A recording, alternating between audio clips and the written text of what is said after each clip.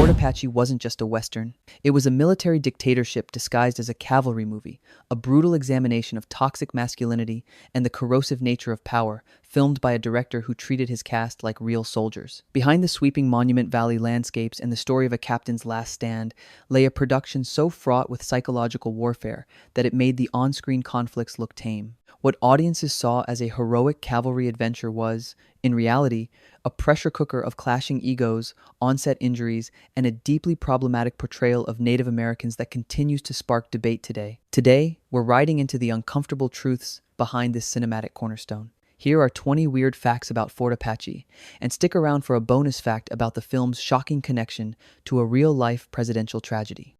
Number 20. Ford and Wayne's psychological warfare. The film wasn't just directed by a legend.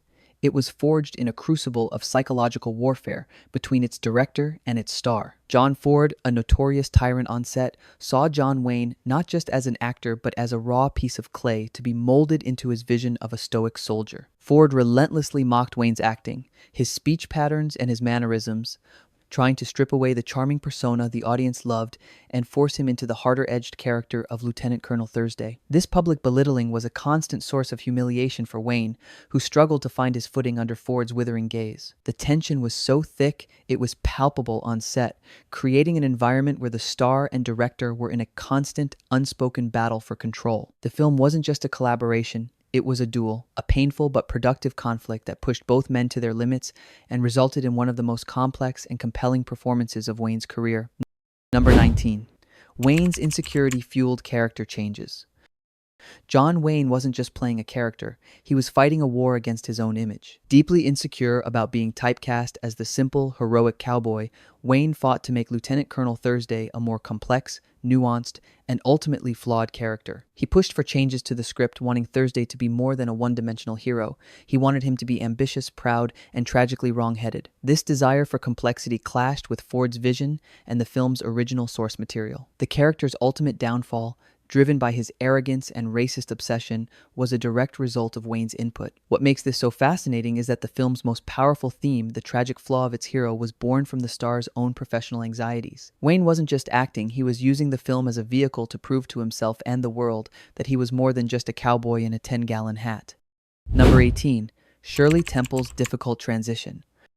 Shirley Temple wasn't just a new actress in the film, she was a former child superstar, trying to navigate a treacherous new world as an adult. The casting of the 17-year-old Temple as the young Philadelphia debutante, Philadelphia Thursday, was a major publicity stunt, but it put immense pressure on the young actress. She was no longer the precocious, universally loved child star of the 1930s.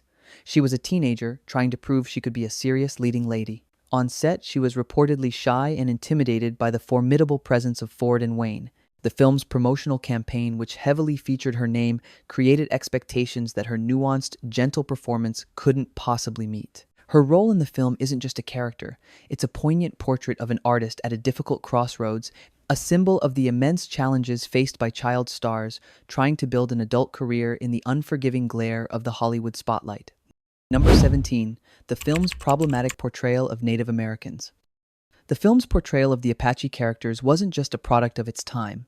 It was a deeply problematic and one-dimensional depiction that relied on racist stereotypes. The Apache, led by Cochise, are portrayed as noble savages who speak in broken pidgin English and exist primarily as a narrative device for the white character's heroism. They are given little motivation beyond a generic desire to protect their land and are never explored as a culture with their own complex politics and society. The film was one of the last major Hollywood productions to cast non-native actors in Native American roles, a practice that is now widely condemned as racist and culturally insensitive. While the film attempts to show the Apache as dignified warriors, its perspective is entirely white, reducing a proud people to background players in their own story. The film isn't just a classic Western, it's a cultural artifact, a stunningly beautiful film whose legacy is forever complicated by its racist and outdated portrayals. Number 16. Ford's military dictatorship on set. John Ford didn't just direct Fort Apache, he commanded it like a military operation. Having served with the OSS's Field Photographic Unit during World War II, Ford brought the rigid, hierarchical, and often brutal discipline of the military back to his film set. He ran the set like a ship at sea, with himself as the captain. He demanded absolute obedience from his cast and crew, enforced strict punctuality, and tolerated no dissent. Actors were expected to be on set, in costume, and ready to work at dawn.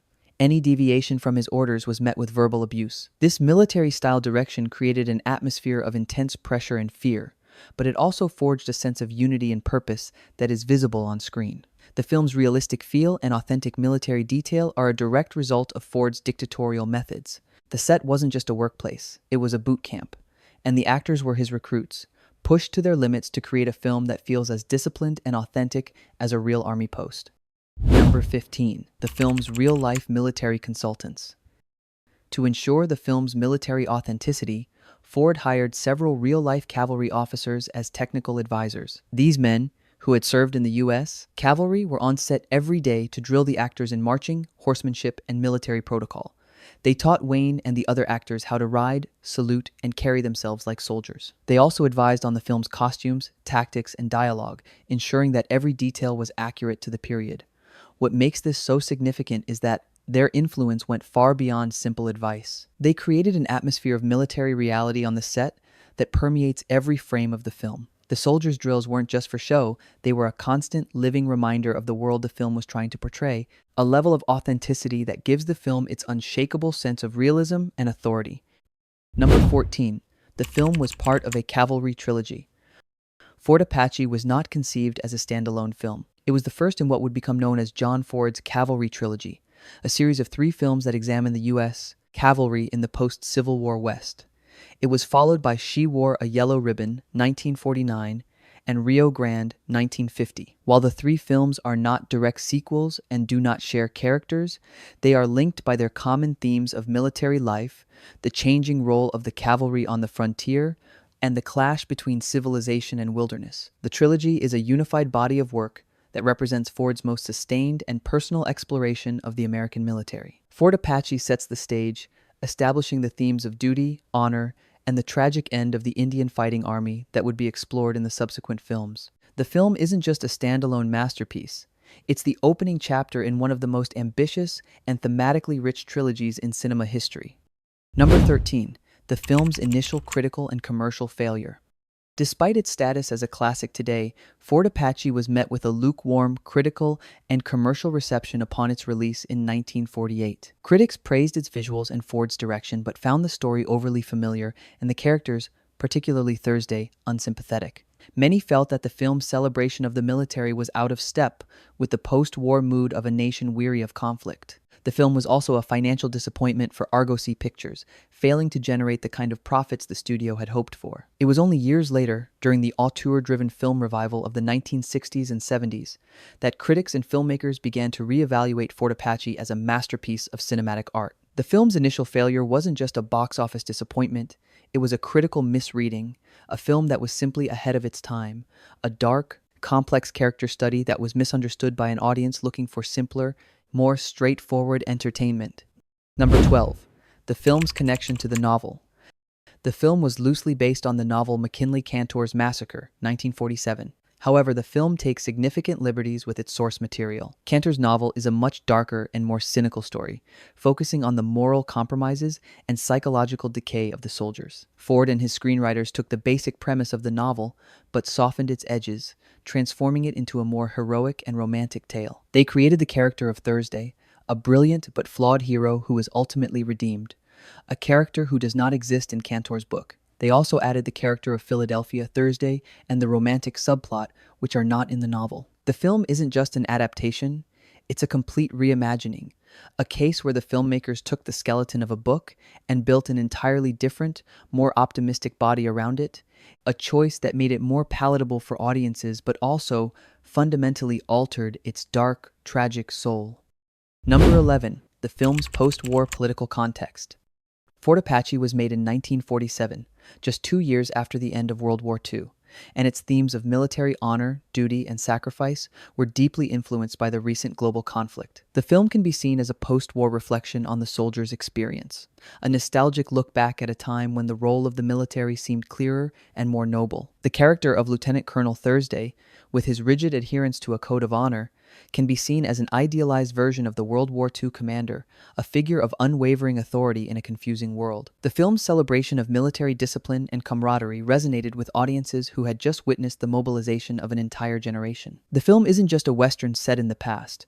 It's a post-war film that uses the Old West as a canvas to explore the anxieties and ideals of mid-century America, a cinematic eulogy for a kind of military heroism that was already fading into history. Number 10. The film's use of Monument Valley. Fort Apache wasn't just filmed in a generic Western location. It was shot in the iconic Monument Valley on the Arizona-Utah border, a location Ford had used in previous films and would use again. This majestic, otherworldly landscape is not just a backdrop.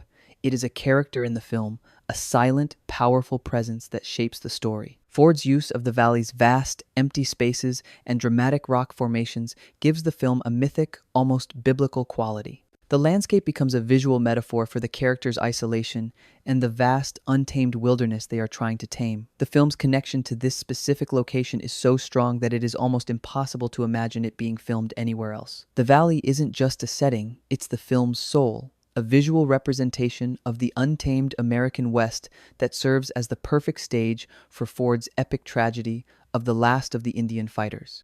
Number 9. The film's costumes were historically inaccurate.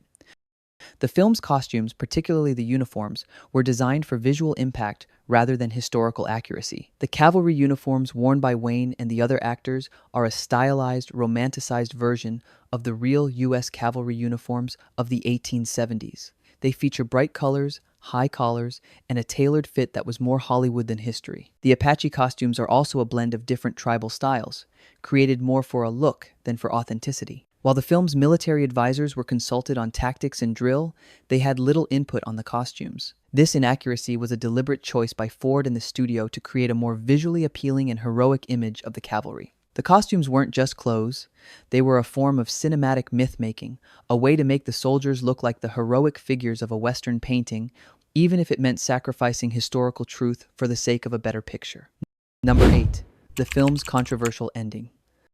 The film's ending, where Cochise and Thursday agree to a truce and shake hands, is one of its most iconic and debated scenes. However, this peaceful resolution is not just a happy ending, it's a controversial and historically inaccurate fantasy. In reality, the Apache Wars ended with the forced surrender of Apache leaders and their confinement to reservations, often under brutal conditions. The film's depiction of a respectful, almost gentlemanly agreement between Thursday and Cochise is a complete fabrication, a Hollywood simplification that ignores the brutal reality of the conflict. This ending wasn't just a creative choice, it was a way to provide a satisfying, optimistic conclusion for a 1948 audience, avoiding the more complex and tragic reality of the historical events. The handshake isn't just a symbol of peace, it's a cinematic lie, a piece of feel-good fiction that glosses over a dark and painful chapter of American history. Number 7. The film's influence on future Westerns.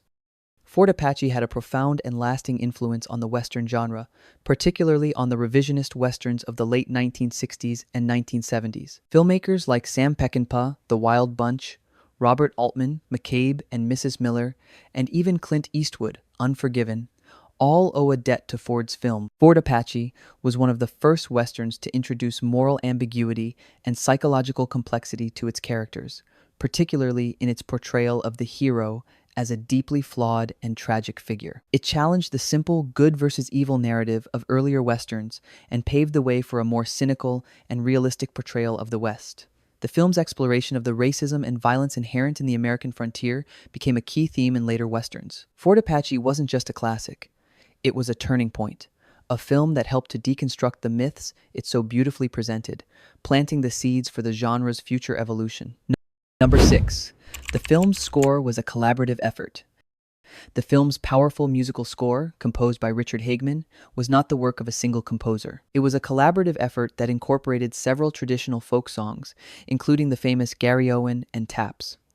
The use of these familiar melodies, which were associated with the U.S. military, added a layer of emotional depth and authenticity to the film, The score's blend of original composition and traditional music creates a sound that is both epic and deeply moving. The music isn't just background noise, it's an essential part of the film's emotional and thematic fabric, a character in its own right, that guides the audience's feelings and reinforces the film's themes of duty, honor, and loss. The score wasn't just composed, it was a carefully curated musical tapestry that helped define the film's identity. Number 5. The film's portrayal of masculinity. Fort Apache is a fascinating and complex exploration of masculinity in crisis. The film presents three different models of manhood: the old, stoic, and ultimately tragic masculinity of Lieutenant Colonel Thursday, the young, sensitive, and compassionate masculinity of his second-in-command, Captain York, and the rugged, individualistic masculinity of the scout, Sergeant Major. These three characters are in constant conflict, representing different ways of being a man in a violent world. Thursday's rigid, outdated code of honor clashes with York's more flexible and empathetic approach. The film isn't just a Western, it's a debate about what it means to be a man. It explores the strengths and weaknesses of each model, ultimately suggesting that a balance of strength and compassion is the ideal. This exploration of masculinity wasn't just a subtext, it was the film's central driving force, a psychological drama played out against the epic backdrop of the American West. Number 4. The film's impact on John Wayne's career. Fort Apache was a pivotal film in John Wayne's career, marking a significant turning point in his evolution as an actor. It was the first time he played a character with such a significant character arc, a man who is both heroic and deeply flawed. The success of the film, combined with his collaborations with Ford, solidified his status as a major star and a serious actor. It also marked the beginning of his transition from the optimistic, heroic characters of his earlier films to the more complex, morally ambiguous characters of his later work, like Ethan Edwards in The Searchers. The film wasn't just another movie for Wayne, it was a defining moment that shaped the second half of his career, a film that allowed him to prove he could do more than just play the hero. It was the film that made him a legend. Number 3. The film's connection to the Indian fighter genre. Fort Apache was a key film in the popular Indian fighter subgenre of the Western, which often featured a cavalry officer as the hero and Native Americans as the antagonists. This genre, which includes films like They Died with Their Boots On, 1941, and Broken Arrow, 1950, was a staple of Hollywood for decades. Fort Apache is arguably the most artistically ambitious and critically acclaimed film in this subgenre. However, it is also the most problematic, due to its stereotypical portrayal of Native Americans. The film's legacy within the genre is complex. On one hand, it is considered the definitive Indian fighter film, a masterclass in cinematic storytelling. On the other hand, its racist tropes and historical inaccuracies have made it a difficult film to embrace in the modern era. The film isn't just a classic, it's a cornerstone of a genre that is both celebrated and condemned, a powerful and problematic work that continues to be debated and reevaluated today. Number 2. The film's post-production struggles. The film's editing and final cut were the subject of intense debate and conflict between Ford and the studio. Ford's initial cut of the film was reportedly much longer and darker, with more emphasis on the tragic elements of the story. The studio, concerned about the film's length and its potential for controversy, pushed Ford to make cuts and create a more streamlined, action-oriented version. Ford, a fiercely independent artist, resisted these changes, leading to a protracted battle for control over the final product. The film wasn't just edited, it was a compromise, a film that was torn between Ford's artistic vision and the studio's commercial demands. The struggle over the final cut is a hidden drama that adds another layer of complexity to the film's creation, a behind-the-scenes battle that shaped the final version we see today. Number 1. The film's tragic real-life parallel. The film's story of a respected but doomed military leader who makes a fatal mistake in his final campaign has a chilling and often overlooked parallel to the life of its star, John Ford. Ford, a man who revered the military and its codes of honor, saw his own career and influence begin to wane in the post-war era. The film's theme of a changing world, where the old ways are no longer relevant, mirrored Ford's own feelings of being a dinosaur in the new Hollywood of the 1950s and 60s. The character of Lieutenant Colonel Thursday, a man who is ultimately destroyed by his inability to adapt, can be seen as a reflection of Ford's own struggles with his own legacy. The film isn't just a story about a cavalry captain, it's a poignant, unintentional self-portrait of a master filmmaker grappling with his own obsolescence, a tragic, deeply personal film that serves as a powerful and heartbreaking elegy for a bygone era. Bonus fact: the film's connection to a presidential assassination. Fort Apache has a bizarre and tragic connection to one of the most infamous events in American history, the assassination of President John F. Kennedy. The film's composer, Richard Hageman, also composed the music for Kennedy's funeral procession. The most famous piece of music from that funeral, the solemn, dirge-like version of Hail to the Chief, was adapted from the main title theme of Fort Apache. The same mournful, majestic melody that plays over the film's opening and closing credits was the music that played as Kennedy's caisson was drawn by horses through the streets of Washington, D.C. This connection is purely coincidental, but it is a haunting one. It links the film's themes of honor, sacrifice, and the end of an era to a real-world national tragedy, adding a layer of profound and unintended sadness to the film's already powerful score. The music isn't just a film's theme, it became a nation's elegy. Fort Apache remains a cinematic masterpiece, a film that is as beautiful as it is troubling. It is a film that celebrates the honor and discipline of the military while simultaneously exposing its rigidity and racism. It is a film that launched John Wayne into a new phase of his career while also marking the beginning of the end of the classic Western. It is a film that is both a product of its time and a timeless work of art, a story that continues to be debated and reevaluated decades after its release. Its legacy is as complex and contradictory as the American West it portrays, a film that is both a celebration and a critique, a monument to a bygone era that we can admire for its beauty while also condemning its flaws. It is, in the end, a perfect film, a flawed but brilliant masterpiece that continues to challenge and inspire audiences, a true cinematic landmark that stands as a testament to the genius of John Ford and the enduring power of the Western.